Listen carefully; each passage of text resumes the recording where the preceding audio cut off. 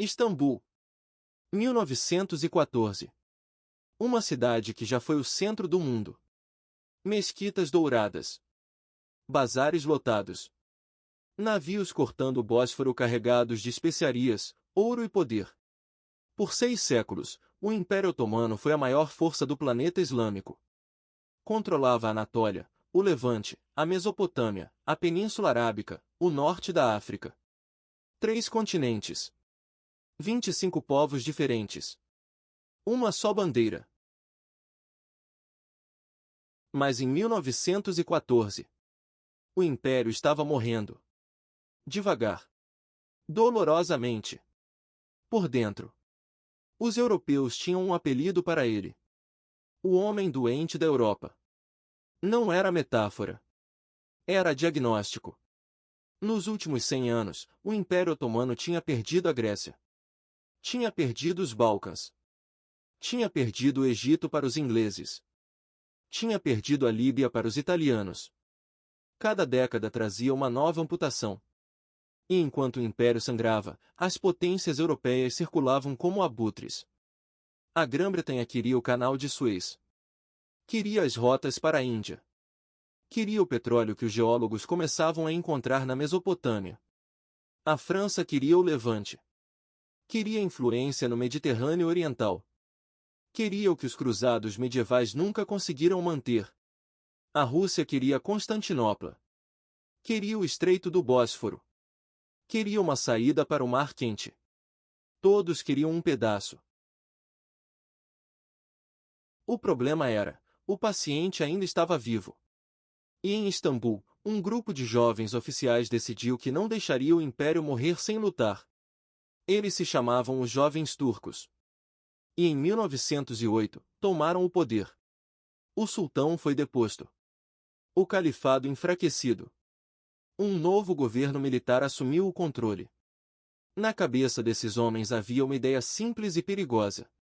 Se o Império Otomano ia morrer, que morresse de pé. Com uma arma na mão. Em agosto de 1914, a Primeira Guerra Mundial começou. E os jovens turcos tomaram a decisão que selaria o destino de 100 anos de história. Entraram na guerra. Do lado errado. Do lado da Alemanha. Essa escolha transformaria o Oriente Médio para sempre. Não em décadas. Não em gerações. Para sempre. Quando pensamos na Primeira Guerra Mundial, imaginamos trincheiras na França. Lama. Arame farpado. Gás mostarda. Mas a guerra tinha outra frente. Uma frente que quase ninguém conta. O deserto. Quando o Império Otomano entrou na guerra em outubro de 1914, a Grã-Bretanha entrou em pânico. Não pelo exército otomano. Esse eles não temiam tanto. O medo era outro. O sultão otomano era também o califa. O líder espiritual de todo o mundo islâmico sunita. E o Império Britânico governava mais muçulmanos do que qualquer outro país da Terra. Índia. Egito. Nigéria. Malásia. Se o califa declarasse jihad contra a Grã-Bretanha. Em novembro de 1914, ele declarou jihad. Guerra Santa. Contra a Antante. Londres respirou fundo. E começou a pensar. A solução era elegante. Quase cruel na sua simplicidade. Se os árabes se levantassem contra os otomanos, a jihad desmoronaria. Nada neutraliza o apelo de um califado como ver os próprios árabes rejeitá-lo. Então os britânicos precisavam de um aliado árabe. E sabiam exatamente onde procurar. Meca. Hussein bin Ali era o xarife de Meca. Guardião das cidades sagradas do Islã. Um homem com prestígio imenso no mundo árabe e um problema sério: os otomanos estavam enfraquecendo seu poder. Os jovens turcos não gostavam de líderes árabes independentes. Hussein sentia que era só questão de tempo antes de ser destituído. Ou pior. Em 1915, Um emissário britânico chegou ao Hejaz. Seu nome era Henry M. Semaun, alto comissário britânico no Egito. E ele tinha uma proposta. Entre julho de 1915 e março de 1916, Hussein bin Ali e Henry M. Semaun trocaram 10 cartas. 10 cartas que mudaram o mundo. Na história, esse episódio é chamado de Correspondência Hussein-Semaun. E é uma das maiores traições diplomáticas do século XX. O que Hussein queria era simples. Se os árabes se levantassem contra os otomanos e lutassem do lado britânico, a Grã-Bretanha reconheceria, após a guerra, um grande Estado árabe independente. Um reino unificado que incluiria a Síria, o Iraque, a Palestina, a Península Arábica. O sonho pan-árabe. Unidade. Soberania. Dignidade. M.C. Maun concordou. Mais ou menos. E aqui começa o primeiro crime. As cartas de M.C. Maun eram deliberadamente vagas, cheias de exceções, ressalvas e linguagem ambígua. Ele prometia apoiar a independência árabe nas regiões onde a Grã-Bretanha é livre para agir sem prejuízo dos interesses de seu aliado, a França. O que significava isso exatamente? Ninguém sabia. Talvez fosse intencional. Mas Hussein não leu as letras miúdas. Ele leu o que queria ler. Uma promessa britânica de um Estado árabe livre. E em junho de 1916, lançou a Revolta Árabe. Forças árabes atacaram a guarnição otomana em Meca. Depois em Medina. Depois ao longo da ferrovia do Hejaz, a artéria logística do exército otomano no deserto. E em meio a esse caos, surgiu uma figura que o Ocidente transformaria em lenda. Um homem loiro com trajes árabes. Um oficial britânico que falava árabe fluentemente. Um homem que os árabes chamariam de Al-Lawrence. O mundo conhece como Lawrence da Arábia. Thomas Edward Lawrence tinha 28 anos quando chegou ao deserto. Era arqueólogo. Linguista. Excêntrico. Mas era também um estrategista brilhante. Entendia os árabes de uma maneira que nenhum outro oficial britânico entendia. Lawrence coordenou ataques de guerrilha ao longo de milhares de quilômetros de deserto.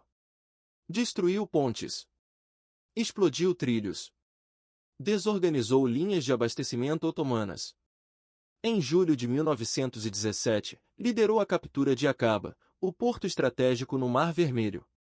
Em outubro de 1918, entrou em Damasco. Os árabes acreditavam que o sonho estava se tornando realidade. Um Estado Árabe unido, de Damasco ao Golfo. O que Lawrence sabia, e os árabes não sabiam, é que em maio de 1916, enquanto a revolta árabe mal havia começado, 2 homens, em Londres, já tinham dividido o Oriente Médio entre si. E os árabes não estavam em nenhuma das partes do mapa. Isso é o que vamos ver agora. Londres. Novembro de 1915. Um diplomata britânico e um diplomata francês se encontram. Nenhum deles é famoso. Nenhum deles é um general. Nenhum deles é um líder eleito. São burocratas. Homens de escritório. Homens que nunca puseram os pés no deserto que estão prestes a dividir. O britânico se chama Mark Sykes. 36 anos. Baronete. Deputado conservador. Tinha viajado pelo Oriente Médio algumas vezes. Falava um pouco de árabe. Acreditava genuinamente que entendia a região. Não entendia. O francês se chama François-Georges Picot. Ex-cônsul francês em Beirute. Frio. Calculista. Profundamente convencido da missão civilizadora da França no Levante. Acreditava que os árabes precisavam de tutela europeia. Levou essa crença até o fim. Entre novembro de 1915 e maio de 1916, Sikhs e Picot negociaram em segredo. Sem consultar os árabes. Sem consultar os judeus. Sem consultar nenhum dos povos cujos destinos estavam decidindo. E em 16 de maio de 1916, assinaram um acordo. Um acordo que seria mantido em segredo por mais de um ano. O acordo Sykes-Picot dividiu o Oriente Médio em zonas de influência. A França ficaria com o Líbano, a Síria e partes do sudeste da Anatólia. A Grã-Bretanha ficaria com o sul da Mesopotâmia, incluindo Bagdá, e com a Jordânia. A Palestina seria administrada internacionalmente. E o que sobrava, o interior da Península Arábica, seria árabe, mas sob influência britânica ou francesa. Em um mapa. Com uma caneta. Em um escritório em Londres. Dois homens traçaram linhas sobre terras que habitadas por povos que nem foram consultados. Linhas que ignoravam tribos, famílias, etnias, religiões, línguas. Linhas que cortavam pelo meio comunidades que existiam há séculos. E enquanto os árabes morriam no deserto lutando pela promessa britânica de independência, aquela promessa já estava sendo enterrada em um escritório em Londres. Mas isso não era tudo. Havia um terceiro acordo. Um que tornava tudo ainda mais complicado. Londres. 2 de novembro de 1917. Uma carta. Uma única carta de 67 palavras. Que criaria um conflito que ainda mata pessoas hoje. O secretário de Estado britânico para Relações Exteriores, Arthur Balfour, enviou uma carta a Lord Walter Hoteldude, líder da comunidade judaica britânica. A carta dizia que o governo de Sua Majestade via, com favor, o estabelecimento na Palestina de um lar nacional para o povo judeu. 67 palavras. Que não consultaram os árabes que viviam na Palestina. Que ignoravam a correspondência Hussein-Pmal. Que contradiziam o próprio espírito do acordo Sykes-Picot. Por que os britânicos fizeram isso? As razões são múltiplas e nenhuma delas é altruísta. Queriam o apoio do movimento sionista nos Estados Unidos para pressionar a entrada americana na guerra. Queriam evitar que os alemães fizessem a mesma promessa primeiro. Queriam uma justificativa para manter influência britânica na Palestina, contrariando os franceses que queriam a administração internacional. O movimento sionista, liderado por figuras como Tim Weizmann, havia décadas pressionava por um lar nacional para os judeus.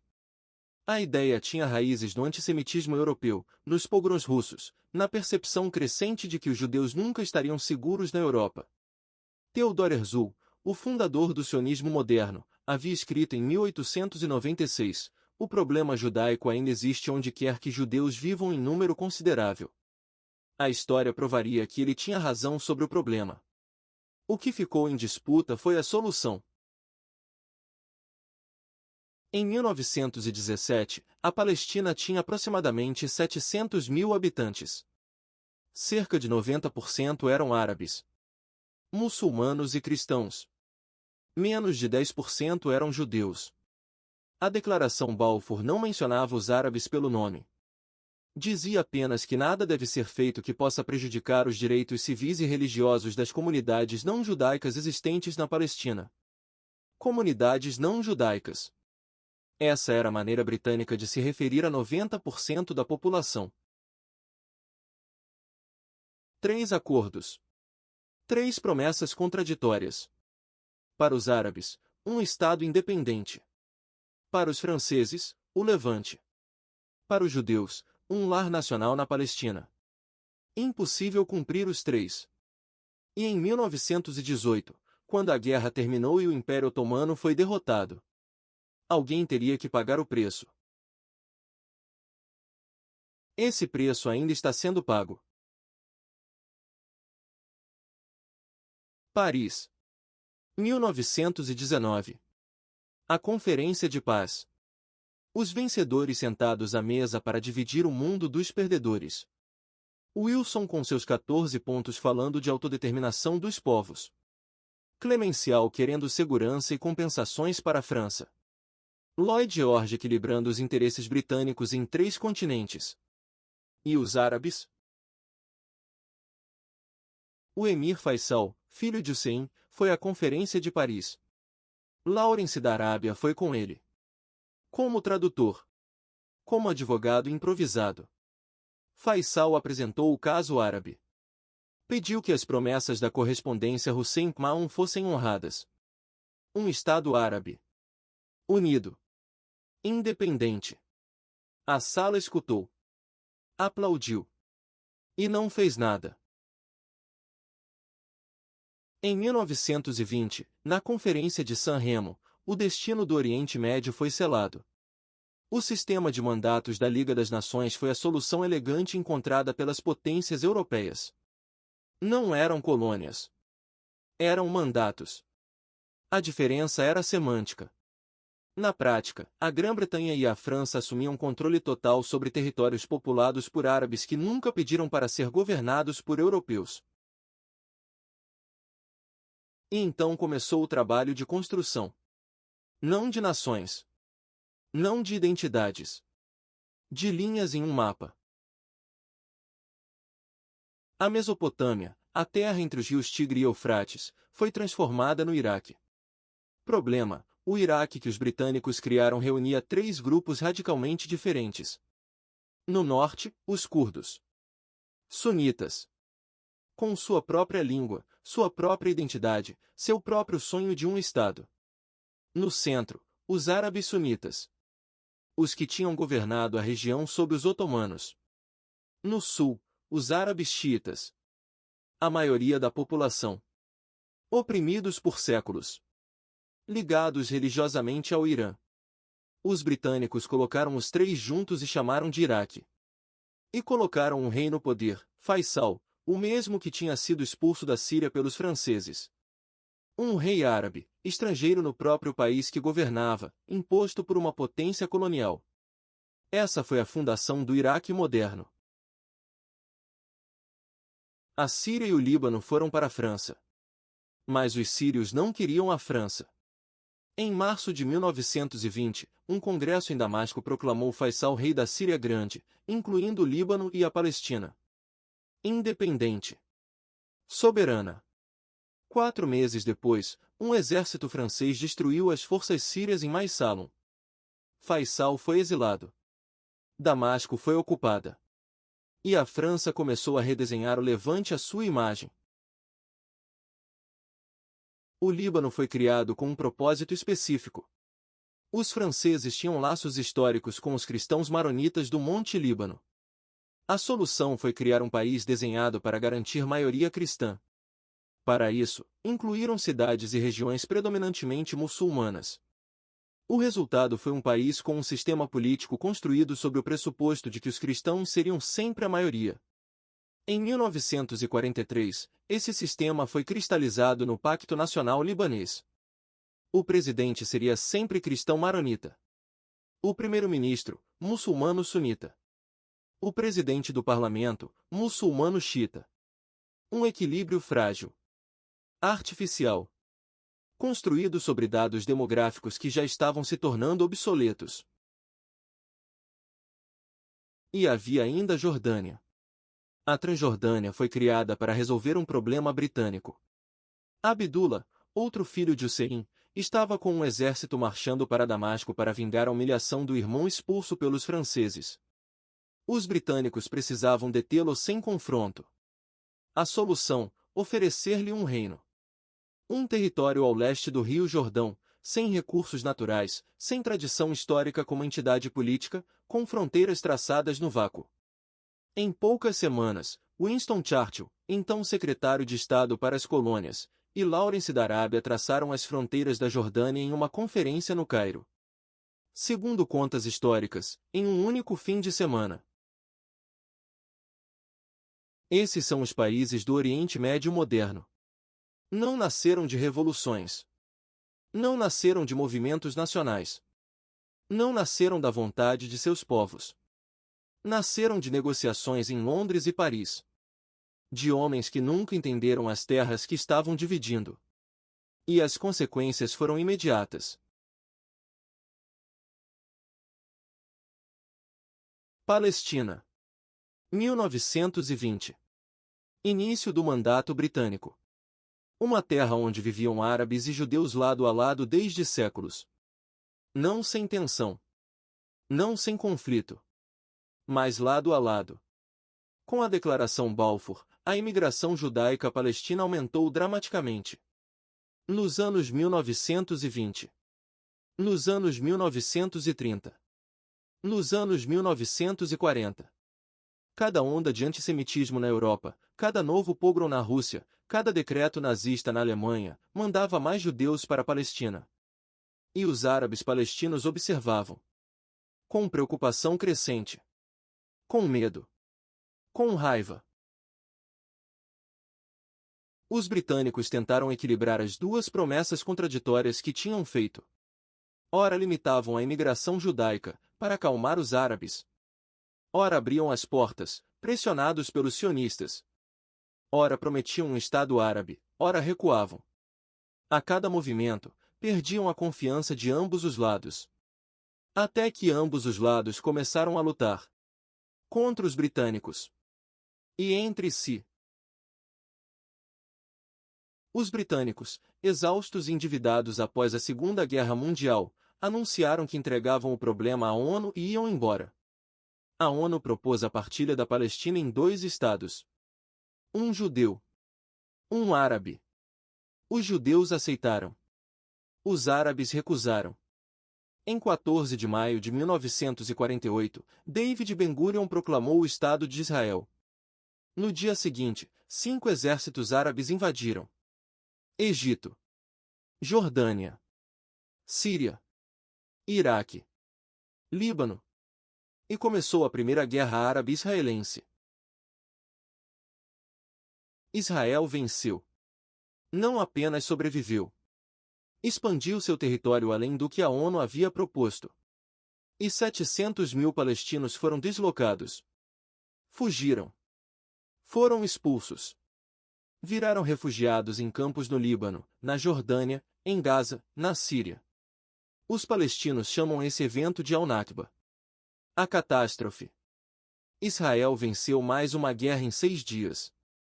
Capturou Gaza e o Sinai do Egito. A Cisjordânia e Jerusalém Oriental da Jordânia. As colinas de Golã da Síria. Mais palestinos deslocados. Uma ocupação que dura até hoje. Cada data uma guerra. Cada guerra, centenas ou milhares de mortos. Cada Cesefire, uma pausa antes do próximo round. Em outubro de 2023, o conflito atingiu uma intensidade que o mundo não via em décadas. Um ataque do Hamas matou mais de 1.200 israelenses em um único dia. A resposta israelense em Gaza causou dezenas de milhares de mortes. Imagens que chocaram o mundo. Um conflito que paralisa o Conselho de Segurança da ONU. Que divide opiniões em todos os países. Que leva jovens às ruas em São Paulo, Londres, Nova York, Jacarta. Tudo isso começou quando 2 homens prometeram a mesma terra para 2 povos diferentes. Em cartas escritas em 1915 e 1917. Em escritórios em Londres. Por homens que nunca viveram lá. Bagdá. 2003. Os americanos invadiram o Iraque com a promessa de libertar seu povo. O que encontraram foi um país que não era um país. Era 3 países forçados dentro de uma fronteira. Saddam Hussein era sunita. Por décadas, a minoria sunita tinha governado os xiitas e os curdos com punho de ferro. Esse controle não era apenas brutalidade. Era o único mecanismo que mantinha o país junto. Uma brutalidade que suprimia tensões que a história tinha criado. Quando os americanos derrubaram Saddam e dissolveram o exército iraquiano, não libertaram um povo. Abriram uma caixa. E de dentro saíram décadas de ressentimento. Xiitas contra sunitas. Curdos contra árabes. Facções armadas disputando o vácuo de poder. Os militares e funcionários sunitas desempregados precisavam de algo.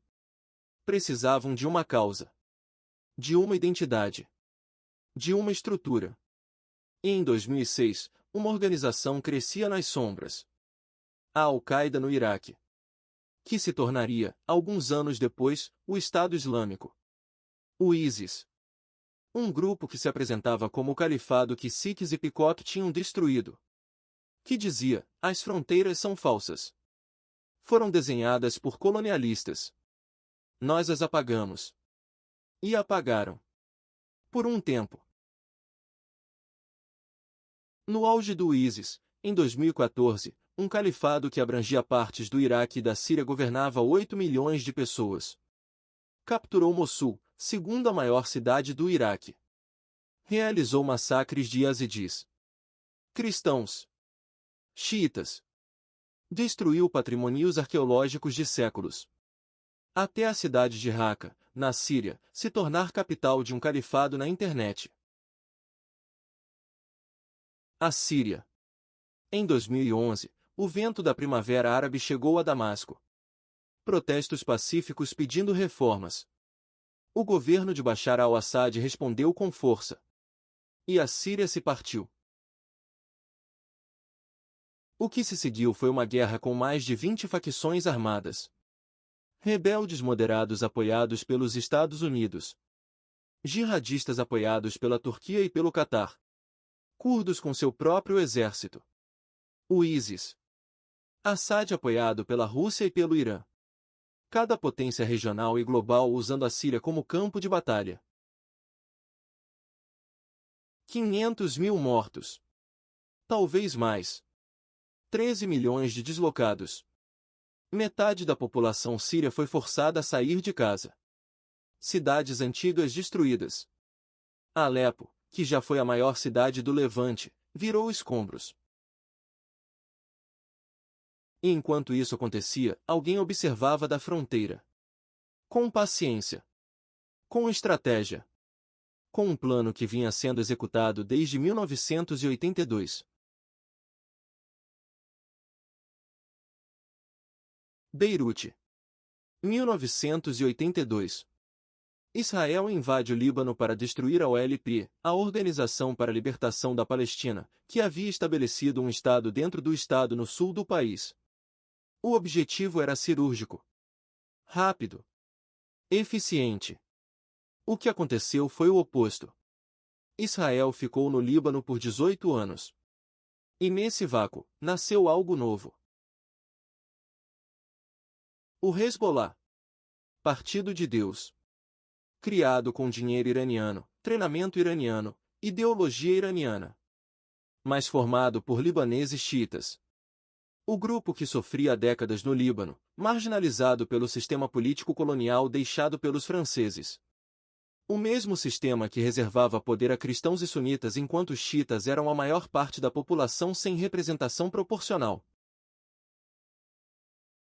O Hezbollah não foi apenas um grupo armado. Construiu escolas, hospitais, redes de serviços sociais. Virou o Estado dentro do Estado mais sofisticado que o Oriente Médio já viu. Com uma ala política, uma ala militar, uma ala de bem-estar social. Tudo pago por Teherã. Em 2000, Israel se retirou do Líbano. O Hezbollah reivindicou a vitória. No mundo árabe, que vinha perdendo guerras contra Israel desde 1948, foi uma virada histórica. Em 2006, uma nova guerra entre Israel e Hezbollah. 33 dias de combates. Israel atacou com toda a sua força aérea. Tanques. Fuzileiros. O Hezbollah resistiu. Lançou milhares de foguetes sobre o norte de Israel. Infligiu baixas a unidades de elite. A guerra terminou sem vencedor claro. Outra virada de narrativa. Mas o Hezbollah não é apenas libanês. É o instrumento central da estratégia iraniana de projetar poder pelo Oriente Médio. O que o Irã construiu, nas décadas após a Revolução de 1979, é o que analistas chamam de eixo da resistência. Hezbollah no Líbano. Hamas e Jihad Islâmica em Gaza. Houthis no Iêmen. Milícias xiitas no Iraque e na Síria. Um arco de forças que vai do Mediterrâneo ao Golfo. E qual é a origem de toda essa arquitetura de poder? O mesmo vácuo que Sykes e Picot criaram. Fronteiras artificiais. Países sem coesão. Estados que nunca tiveram legitimidade genuína. Cada crise que gerou grupos como o Hezbollah tem raízes naquele acordo de 1916. O Líbano que os franceses criaram para garantir maioria cristã é hoje um país dominado pelo Hezbollah. A demografia que os franceses ignoraram em 1920 tornou-se a realidade de 2024. Uma ironia brutal. Uma consequência direta de linhas traçadas sem consultar os povos que nelas habitavam.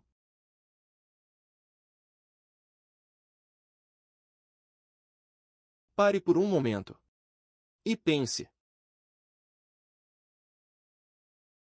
Toda vez que você vê no noticiário uma bomba em Bagdá, uma criança em Gaza, refugiados sírios cruzando o Mediterrâneo em uma embarcação, foguetes caindo no norte de Israel, curdos pedindo um estado que nunca tiveram, milícias disputando o controle da Líbia, e Iêmen destruído por uma guerra que ninguém parece capaz de parar.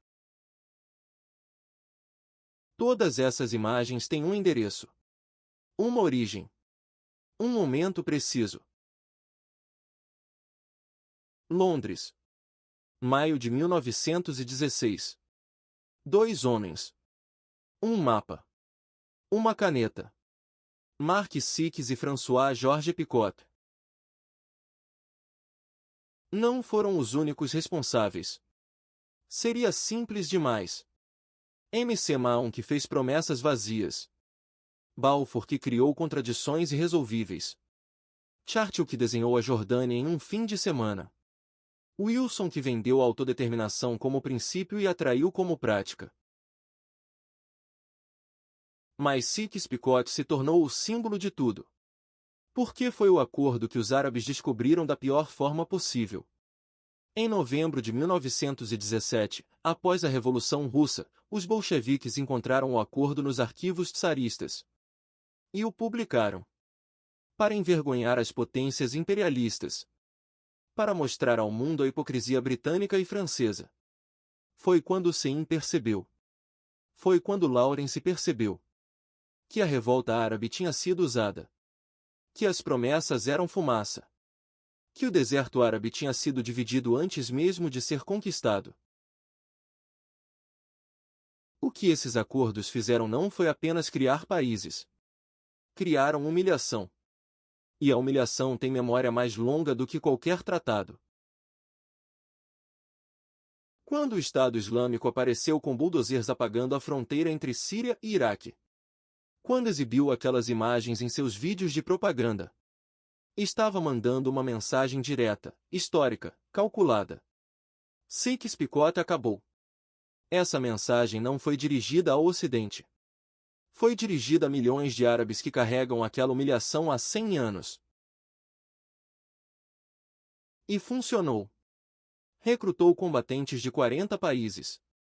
Jovens de Paris, Londres, Cairo, Tunis.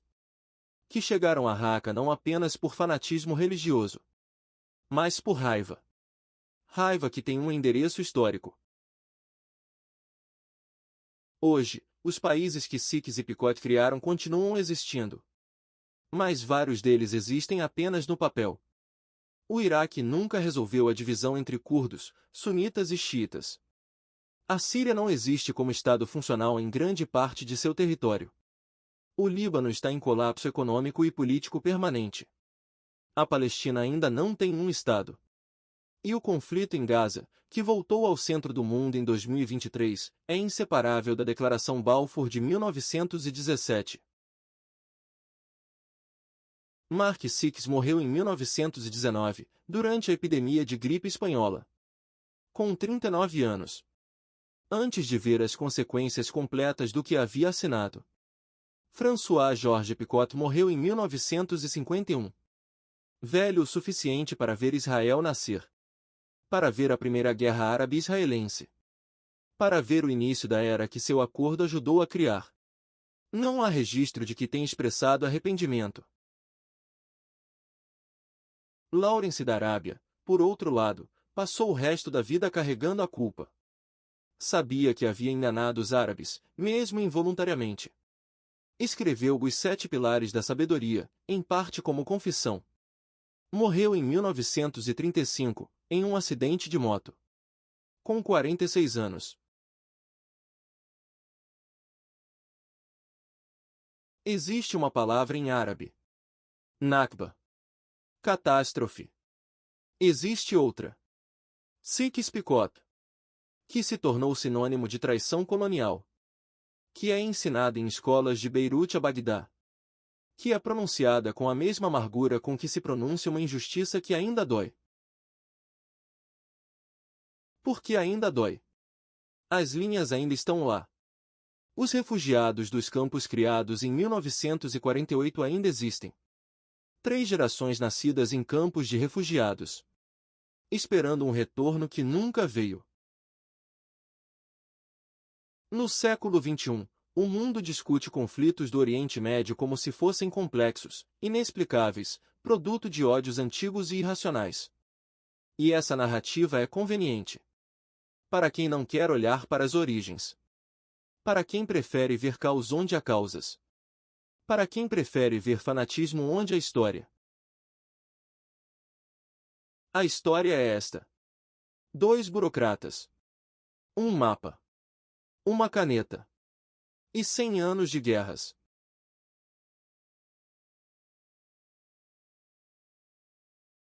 Se você chegou até aqui, você já sabe algo que a maioria das pessoas não sabe.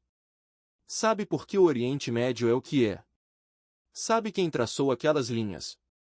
Sabe o custo de dividir povos sem consultá-los. As guerras que você vê no noticiário hoje não são eternas. São datadas. Têm origem. Um acordo que 2 homens chamaram de secreto. E que o mundo inteiro paga até hoje. Se este documentário fez você enxergar o mundo de forma diferente, compartilhe. Porque entender a origem é o primeiro passo. Para qualquer coisa que venha depois. História sem filtros.